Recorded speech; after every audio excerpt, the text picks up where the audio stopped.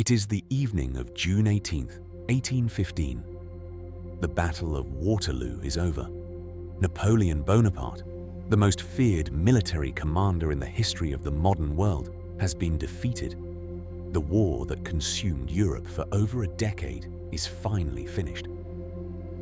In London, they are already writing the history books, and in those books, one man gets almost all the credit. His name is Arthur Wellesley, the Duke of Wellington. There is just one problem. Wellington was losing. For most of that day, his army was being pushed back, outgunned and overwhelmed. By mid-afternoon, his lines were close to breaking. His dispatches to London were desperate. He needed a miracle. The miracle had a name, and history forgot it almost immediately. Arthur Wellesley, the Duke of Wellington, is one of the most celebrated military commanders in British history. His victory at Waterloo ended the Napoleonic Wars. His statue stands in cities across the world. His name is synonymous with the defeat of Napoleon. Gebhard Leberecht von Blücher is considerably less famous. He was a Prussian field marshal, old, aggressive, and utterly fearless. His soldiers called him marshal forwards, marshal forwards, because he never stopped attacking, not once in his entire career. He was 72 years old at Waterloo. To understand why Blücher matters, you need to understand what Waterloo actually was. It wasn't just a battle. It was the culmination of 2 decades of war that had reshaped the entire continent. Napoleon had conquered most of Europe, installed his brothers as kings, and humiliated every major power on the continent at least once. By 1815, he had been defeated, exiled, and incredibly, returned. He escaped from the island of Elba, marched back into France, and rebuilt his army in a matter of weeks. Europe scrambled to respond. 2 armies stood in his way in Belgium. Wellington's Anglo-Allied force to the west, Blücher's Prussian army to the east. Napoleon's plan was elegant and brutal. Destroy them separately before they could combine. He almost succeeded. Gebhard Leberecht von Blücher had been fighting for over 50 years by the time Waterloo came around. He had fought the Swedes, he had fought the French, he had been captured, released, and gone straight back to fighting. He had suffered a nervous breakdown in 1813, genuinely believing for a time that he was pregnant with an elephant, a delusion historians attribute to extreme stress and fever, and returned to command within weeks. He was not a sophisticated man. He was not a strategist in the way Napoleon was, or a planner in the way Wellington was. What he was relentless, unstoppable. The kind of commander who led from the front and expected everyone around him to keep up. At the Battle of Leipzig in 1813, the largest battle in European history before the First World War, it was Blücher's Prussian army that played a decisive role in surrounding and defeating Napoleon. Over 500,000 soldiers fought at Leipzig. Blücher commanded with the same furious aggression he always had. Napoleon was defeated, exiled to Elba, and then he came back. When Napoleon escaped in March 1815 and marched back into France, Blücher was among the first to mobilize. He was 72 years old. He had every reason to retire. He didn't hesitate for a moment. His plan was straightforward: combine forces with Wellington, outnumber Napoleon, and end this permanently. Napoleon moved faster than anyone expected. On June 16, 1815, 2 days before Waterloo, Napoleon attacked the Prussian army at a battle called Ligny. It was a brutal, grinding fight. By the end of the day, the Prussians were defeated and retreating. Blücher himself was knocked from his horse during a cavalry charge and ridden over. Twice. He was 72 years old, pinned under a dead horse, trampled by a French cavalry, and left for dead on the battlefield.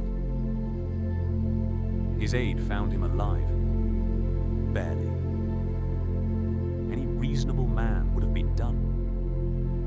Blücher's response was to drink heavily, have his bruises rubbed with schnapps and garlic, his personal medical preference, and announced that he would be ready to march by morning. He was. While Napoleon turned his attention west toward Wellington, assuming the Prussians were finished, Blücher was already moving his battered army north, not retreating, but repositioning, staying close, waiting.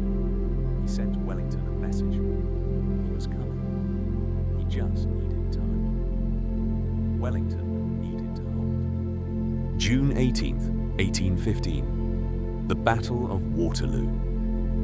Napoleon attacked Wellington's position on a ridge south of the village of Waterloo throughout the morning and afternoon. It was relentless. Wave after wave of French infantry and cavalry crashing against Wellington's lines.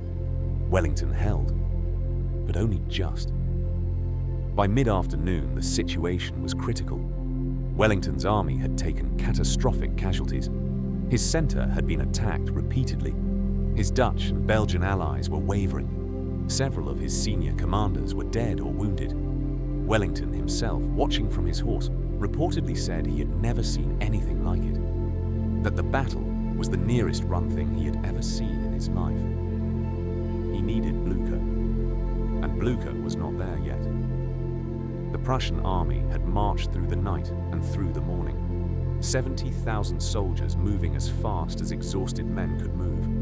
Roads clogged with mud after overnight rain. Supply wagons blocking the route. Men who had fought and lost a battle 2 days earlier, marching on bruised legs and empty stomachs. Blücher rode up and down the column, urging them forward, demanding more. Marshal forwards.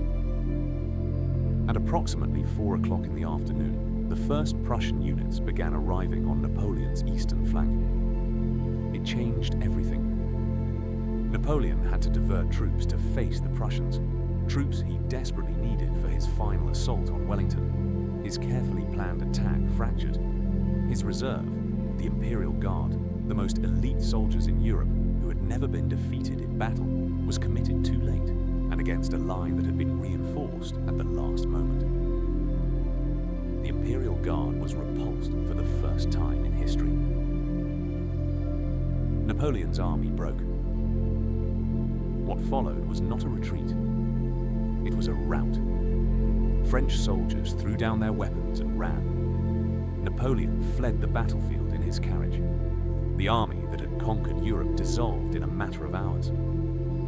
And who pursued them through the night, capturing Napoleon's carriage, his treasury, his personal belongings, and driving the remnants of the French army into complete collapse. Blücher's Prussians. Wellington's exhausted army stayed on the ridge. The pursuit, the part of a battle that turns a victory into a destruction, was entirely Prussian. The news reached London as Wellington's victory. His dispatches were published. His name was on every front page. He was celebrated as the savior of Europe, the man who defeated Napoleon. He was given a country estate, a state funeral decades later. Statues everywhere. The Wellington boot is named after him. He became Prime Minister.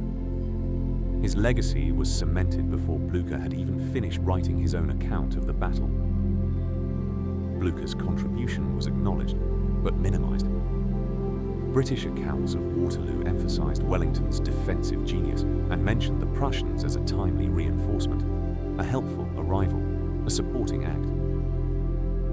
Not as the force that broke Napoleon's flank, diverted his reserves, repulsed his final attack, and then pursued his army into oblivion through the night. The paintings tell the story.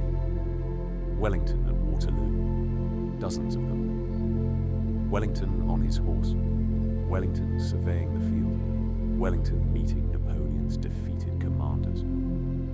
Blücher appears in some of them, usually in the background, usually smaller. There is one famous painting of the two commanders meeting on the battlefield after the victory.